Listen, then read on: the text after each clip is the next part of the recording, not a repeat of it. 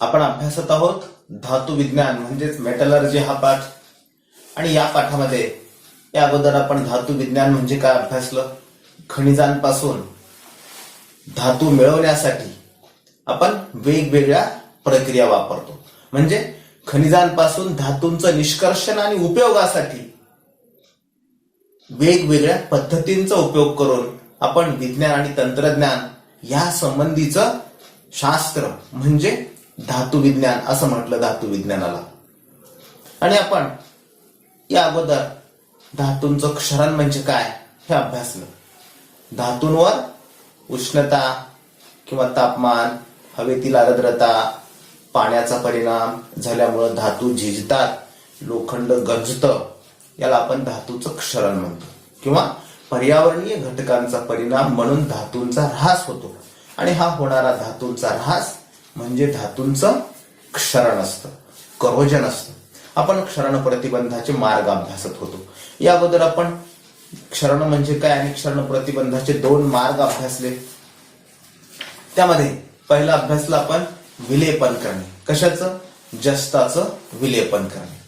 आता जस्त हा धातू कमी क्रियाशील आहे आणि अधिक क्रियाशील धातूवर अशा कमी क्रियाशील धातूचा थर देणे याला आपण विलेपन म्हणतो. आणि याचा उपयोग पत्रे तयार करण्यासाठी किंवा चकाकणारे खिळे तयार करण्यासाठी किंवा आपल्या टेबलवर असणाऱ्या टाचण्या, पिन बॉक्स मध्ये असणाऱ्या चकचकीत टाचण्या तयार करण्यासाठी या विलेपन प्रक्रियेचा उपयोग केला जातो. जस्ताचं विलेपन केल्यानंतर त्या धातूचं क्षरण आपल्याला रोखता येतं. आपण त्याची प्रक्रिया पाहिली. त्यानंतर दुसरा आपण क्षरण प्रतिबंधाचा मार्ग अभ्यासला. कथिलीकरण म्हणजे काय आपल्याला त्यानंतर पुढचा मार्ग अभ्यासायचा आहे. आता कथिलीकरण कशाला म्हणतो? यामध्ये वितळलेल्या कथिलाचा थर दुसऱ्या एखाद्या धातूवर दिला जातो, याला आपण कथिलीकरण म्हणतो. कशाचं करतो आपण कथिलीकरण? सामान्यपणे तांब्याचं किंवा पितळेचं कथिलीकरण केलं जातं. याला आपण कलही करणे असं देखील म्हणतो. का? पितळाच्या आणि तांब्याच्या भांड्यामध्ये ठेवलेले ताकासारखे आंबट पदार्थ, कढीसारखे आंबट पदार्थ किंवा आमटीसारखे पदार्थ खराब होतात, कळकतात. आणि त्या तांब्यावर जमा झालेला जो कार्बोनेटचा थर असतो, कॉपर कार्बोनेटचा, हा थर विषारी असतो. आणि हा विषारी पदार्थ खाद्यपदार्थामध्ये मिसळू नये यासाठी भांड्यांना कलही केली जाते. म्हणजे आणि वारंवार अशा प्रकारचा कॉपर कार्बोनेटचा थर तयार झाला तर ती भांडे सुद्धा झिजतात किंवा त्यांची झीज होते. हे देखील त्या धातूंचं क्षरण आहे किंवा त्या भांड्यांचं क्षरण आहे, म्हणून कथिलीकरण करतात. त्यानंतर आता आपल्याला पुढचा मार्ग अभ्यासायचा आहे. क्षरण प्रतिबंधाचा पुढचा मार्ग धनाग्रीकरण करणे म्हणजे काय? म्हणजेच याला ऍनोडायझेशन म्हणतात. कथिलीकरण म्हणजे टिनिंग आणि जस्ताचं विलेपन करणे म्हणजे काय? त्याला गॅल्वनायझिंग म्हणतात. आता हे धनाग्रीकरण म्हणजे काय, ऍनोडायझिंग म्हणजे काय किंवा ऍनोडायझेशन म्हणतात. आता या ऍनोडायझिंग किंवा धनाग्रीकरण पद्धतीमध्ये तांब्यासारखा पदार्थ, तांब्यासारखा धातू किंवा अॅल्युमिनियम सारखा धातू, या धातूवर विद्युत अपघटन प्रक्रियेनं थर दिला जातो. कशाचा थर देतात? तर त्या धातूच्या ऑक्साईडचा थर देतात. म्हणजे तांब्यावर तांब्याचं ऑक्साईड आणि अॅल्युमिनियमवर अॅल्युमिनियम ऑक्साईडचा पातळ थर देतात. म्हणजे या धनाग्रीकरण प्रक्रियेमध्ये तांबे आणि अॅल्युमिनियम यासारख्या धातूंवर विद्युत अपघटनी प्रक्रियेने त्यांच्याच ऑक्साईडांचा थर दिला जातो. आणि हा थर पातळ असतो, शिवाय मजबूत सुद्धा असतो. यामुळं काय होतं? त्यांच्या ऑक्साईडांचा थर दिल्यामुळं त्या धातूंचा किंवा त्या धातूंच्या भांड्यांचा डायरेक्ट हवेतील ऑक्सिजन सोबत होणारा संपर्क होत नाही, टाळता येतो. आणि हवेतील ऑक्सिजन सोबत होणारा संपर्क जर टाळला किंवा पाण्यासोबत होणारा संपर्क जर आपण टाळला तर त्या धातूंची झीज आपल्याला रोखता येते. आणि हा लेप दिलेला थर किंवा लेप धातूंचं क्षरण रोखतो. आणि हाच आपला उद्देश आहे. क्षरण प्रतिबंधाचा हा मार्ग आहे. मग यासाठी विद्युत अपघटनी कशाला म्हणतात? आपण कशाला म्हणतो? विद्युत अपघटनी म्हणजे त्याच्या क्षाराच्या द्रावणामधून विद्युत धारा जर प्रवाहित केली तर आपण इलेक्ट्रोलिसिस करताना, विद्युत अपघटन करताना एक भांड असतं, भांड्यामध्ये 2 इलेक्ट्रोड बसवतो, ठेवतो आणि त्याच्यामध्ये विद्युत अपघटनी पदार्थ, त्याला बॅटरी जोडतो. आकृतीत दाखवल्याप्रमाणे ही सगळी उपकरणं जोडल्यानंतर त्याच्यामधून विद्युत धारा जर प्रवाहित केली तर विद्युत धारा वाहत असेल तर तो पदार्थ असतो विद्युत अपघटनी पदार्थ. आता इथं विद्युत अपघटनी मध्ये द्रव वापरतात, आम्ल, सल्फ्युरिक आम्लाचा वापर करतात. तर तिथं धनाग्र म्हणून तांबे किंवा अॅल्युमिनियम हाच धातू धनाग्र म्हणून वापरला जातो. आणि या प्रक्रियेमध्ये या तांब्यांवर किंवा अॅल्युमिनियमवर त्यांच्या ऑक्साईडांचा थर दिला जातो आणि त्यामुळं त्या धातूंचं क्षरण आपल्याला रोखता येतं. याचा उपयोग कशासाठी?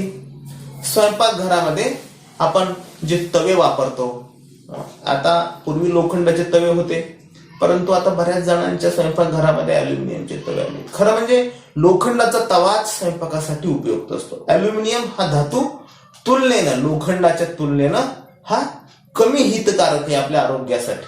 त्याचा दुष्परिणाम होतो आरोग्यावर. अॅल्युमिनियमच्या भांड्यामधले खाद्यपदार्थ जर आपण वारंवार घेत असू, शिजवलेले पदार्थ खात असू, तर पूर्वी जेलमध्ये असणाऱ्या, ज्यावेळेस इंग्रज होते भारतामध्ये, त्यावेळेस तुरुंगामध्ये असणाऱ्या कैद्याला त्या अॅल्युमिनियमच्या भांड्यामध्ये खायला द्यायचे. का?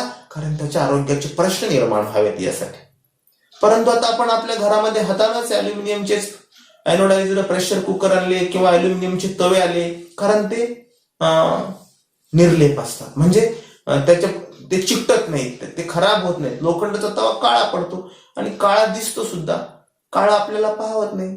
अॅल्युमिनियम दिसायला पांढरं शुभ्र दिसतं. म्हणून याचा उपयोग आपण चकचकीत करण्यासाठी करतो, त्याचं क्षरण रोखण्यासाठी करतो. हे दीर्घकाळ टिकतात, हा याचा फायदा आहे.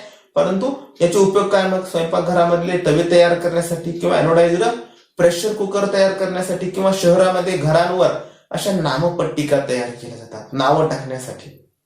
या नामपट्टिका तयार करण्यासाठी सुद्धा या अॅनोडायझेशन प्रक्रियेचा उपयोग होतो. त्याचबरोबर खिडक्यांच्या सरकत्या फ्रेम तयार करण्यासाठी, काचेच्या खिडक्या असतात सरकणाऱ्या, त्या खिडक्यांच्या बाजूला असणारं जे कव्हरिंग असतं ते देखील या अॅनोडायझर, ते देखील अॅल्युमिनियम पासूनच तयार केलं जातं आणि त्याच्यावर अॅल्युमिनियम ऑक्साईडचा थर दिला जातो. या सगळ्या प्रक्रियांचा, या वेगवेगळ्या पद्धतींमध्ये याचं उपयोजन आहे. याचा फायदा काय? त्यांचं क्षरण आपल्याला रोखता येतं. लक्षात आलं? मग हा धनाग्रीकरणाचा मार्ग. त्यानंतर दुसरा मार्ग आहे पुढचा क्षरण प्रतिबंधाचा, विद्युत विलेपन करणे. विद्युत विलेपन करणे म्हणजे काय? याला इलेक्ट्रोप्लेटिंग म्हणतात. इलेक्ट्रोप्लेटिंग करणे, यामध्ये त्या विद्युत अपघटन प्रक्रियेनं हे सगळं केलं जातं. इलेक्ट्रोप्लेटिंग, विद्युत अपघटनी प्रक्रियेनं कमी अभिक्रियाशील धातूचा जास्त अभिक्रियाशील धातूवर थर दिला जातो. म्हणजे थर कोणाचा द्यायचा? कमी अभिक्रियाशील धातूचा द्यायचा. कोणावर द्यायचा? जास्त अभिक्रियाशील धातूवर थर देतात. आता उदाहरणार्थ, कोणता कमी अभिक्रियाशील धातू? आपण 2 धातूंची जर तुलना केली तर चांदी आणि सोने यांचा विचार केल्यानंतर कोण कमी अभिक्रियाशील आहे? आपण अभिक्रियाशीलतेची श्रेणी पाहिली, तळाकडच्या बाजूला सोनं होतं, खालच्या एकदम तळाकडे, म्हणजे सोन्याची अभिक्रियाशीलता अत्यंत कमी आहे. त्याच्या तुलनेनं चांदीची अभिक्रियाशीलता जास्त आहे.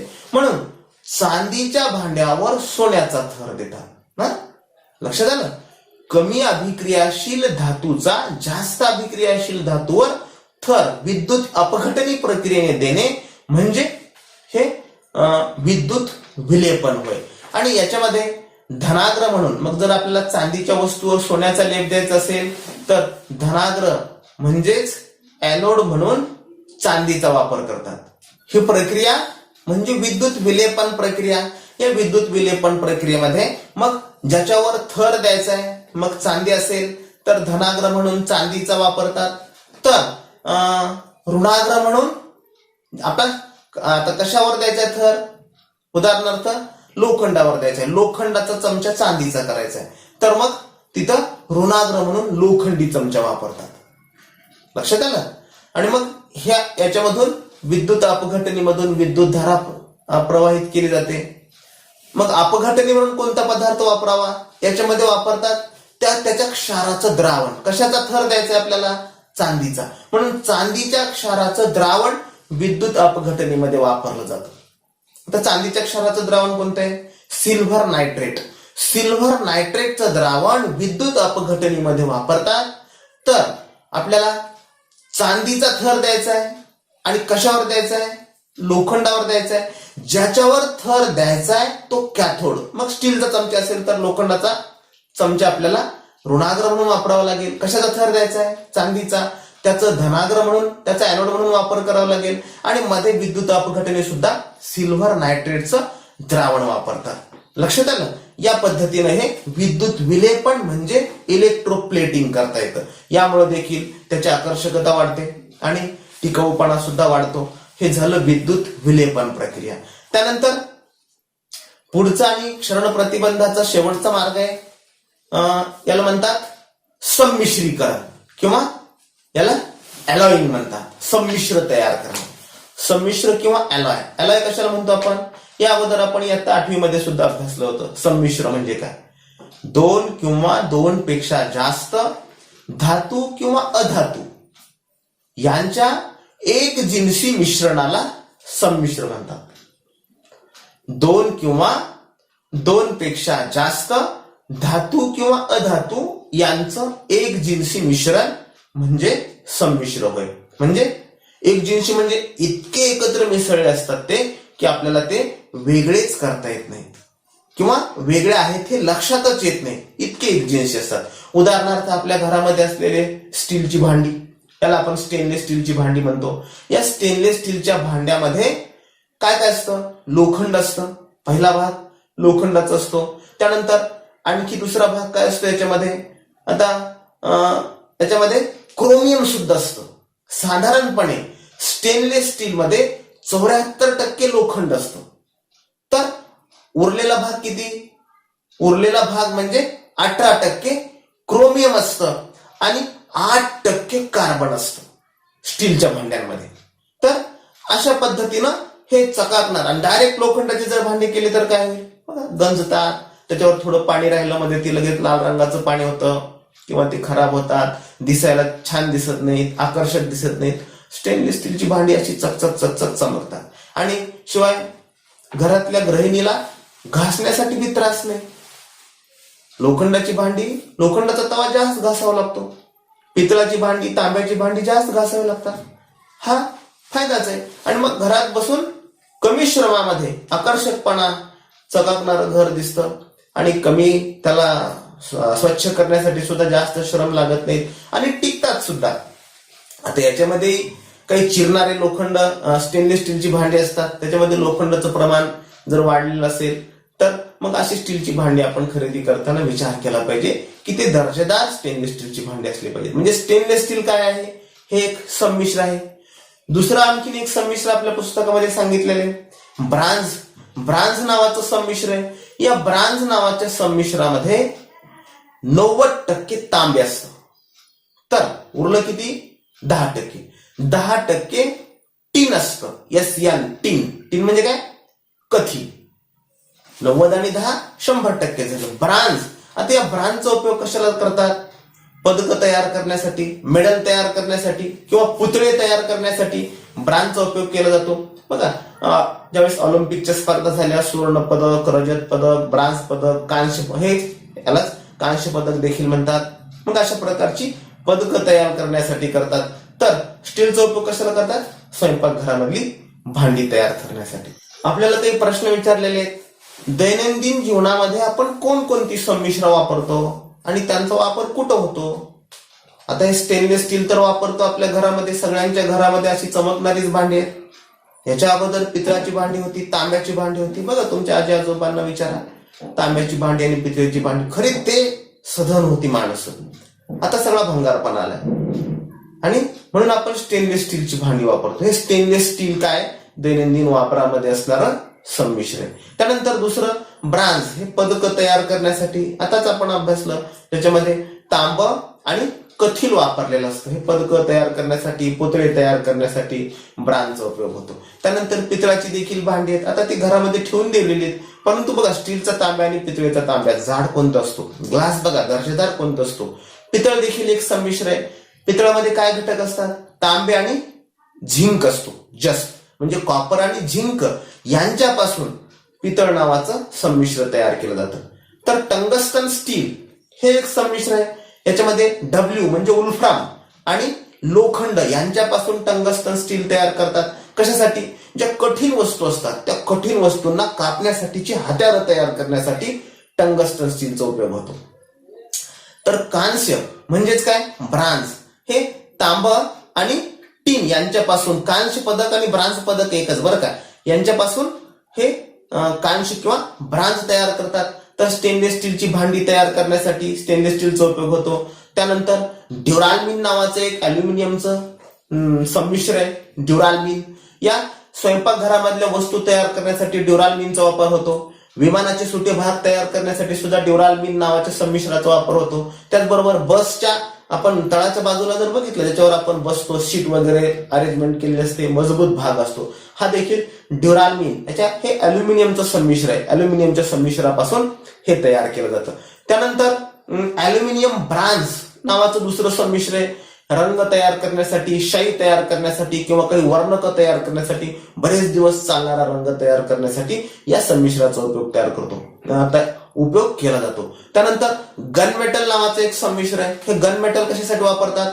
बंदुका तयार करण्यासाठी किंवा कारखान्याचे बॉयलर असतात ज्याच्यामध्ये उकळणारा भाग असतो, असे बॉयलर तयार करण्यासाठी, बॉयलरचे सुटे भाग तयार करण्यासाठी या गनमेटलचा वापर करतात. तर सोन्याचे दागिने आकर्षक तयार करण्यासाठी सोन्यामध्ये तांब मिसळलं जातं आणि आपल्याला तेच दागिने आवडतात. खरं म्हणजे 24 कॅरेटचं शुद्ध सोनं शुद्ध असतं, परंतु त्याच्यामधून दागिने तयार करता येत नाहीत. ते लवचिक असतं, ते जास्त लवचिक असतं, त्याला कठीणपणा येण्यासाठी मध्ये तांब मिसळतात. किंवा अजून सोन्यामध्ये प्लॅटिनम देखील मिसळतात दागिने तयार करण्यासाठी. हे सगळे संमिश्र आहेत. याच्याशिवाय आणखी कोणती कोणती संमिश्र आहेत ती तुम्ही अभ्यासा, अजून तुम्ही शोधा. त्यानंतर पारद संमिश्र नावाची एक संकल्पना आहे. कशाला म्हणतात पारद संमिश्र? ज्या संमिश्रामध्ये एक धातू पारा असतो अशा संमिश्राला पारद संमिश्र म्हणतात. आणि या पारद संमिश्रालाच अमालगम देखील म्हणतात. याच्यामध्ये उदाहरणार्थ सोडियम अमालगम आहे किंवा झिंक अमालगम आहे. या सोडियम अमालगम किंवा झिंक अमालगमचा उपयोग देखील वेगवेगळ्या ठिकाणी केला जातो. तर रजत पारद संमिश्र, रजत म्हणजे काय? रजत म्हणजे चांदी आणि पारद म्हणजे काय? पारा. चांदी आणि पारा यांच्या संमिश्रापासून दातांच्या दवाखान्यामध्ये जर दाताला खिंडार पडलं, आता चॉकलेट खाऊन, तंबाखू खाऊन दात खराब व्हायला लागलीत लवकर, वयाच्या 20व्या वर्षी 25व्या वर्षी दात किडायला लागली, त्याच्यामध्ये चांदी भरली म्हणतात. ते पारा आणि चांदी. आता पारा खरा म्हणजे विषारी धातू आहे, परंतु संमिश्र केल्यानंतर त्याचे गुण वाढतात, तो जास्त दिवस टिकतो. याच्यापासून दातांमध्ये भरण्यासाठी ही चांदी वापरतात. तर सुवर्ण संमिश्र म्हणजे सोन्याचं एक संमिश्र असतं.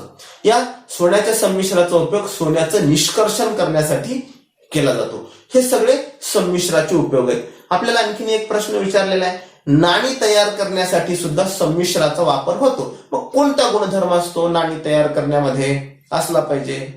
बघा, लोखंडाचे डायरेक्ट जर असे आपल्याकडे 5 रुपयाचं कॉईन आहे ते, किंवा 10 रुपयाचं सुद्धा एक कॉईन आहे, आता वेगवेगळे 50 रुपयापर्यंत सुद्धा नाणे आलेले आहेत, ह्याच्यामध्ये चमकणारा किंवा पितळेसारखा भाग दिसतो. का बरं? हे लोखंडाचे का नाहीत केले? शिवाजी महाराजांच्या काळामध्ये किंवा याच्या अगोदरच्या काळामध्ये सोन्याचे नाणे होते, चांदीचे होते, नंतर तांब्याचे आले, आता नंतर स्टेनलेस स्टीलचे आली, 50 पैसे 1 रुपया तर हे स्टेनलेस स्टीलचे. आणि त्यानंतर आणखीन अशा प्रकारचे नाणे वेगवेगळ्या धातूंचा आणि अधातूंचा उपयोग करून तयार केले जातात. त्याच्यामधला गुणधर्म कोणता? क्षरण प्रतिबंध. त्यांचं क्षरण होऊ नये, ते जास्त दिवस टिकावे, हा त्याच्या पाठीमागचा महत्वाचा गुणधर्म आहे. अशा रीतीनं आपला धातू विज्ञान हा पाठ या ठिकाणी संपतो. पाठ मोठा आहे, महत्वाचा आहे, दैनंदिन जीवनामध्ये उपयोग आहे, परीक्षेसाठी सुद्धा महत्वाचा आहे. या दृष्टिकोनातून या सगळ्यांकडे जर पाहिलं तर व्यवस्थित अभ्यास होईल आणि आपल्या दैनंदिन जीवनामध्ये या सगळ्यांचा उपयोग होतो. आणि म्हणून या पाठाचा अभ्यास व्यवस्थित करा. प्रश्न उत्तर पाठाखाली असणारे लिहून काढा. पाठ व्यवस्थित वाचा. अडचण आल्यानंतर एखादा व्हिडिओ आपल्याला परत पाहायची आवश्यकता पडली तर तो देखील परत पहा. आणि प्रश्न उत्तर लिहून व्यवस्थित नामनिर्देशित आकृत्या सुद्धा काढा.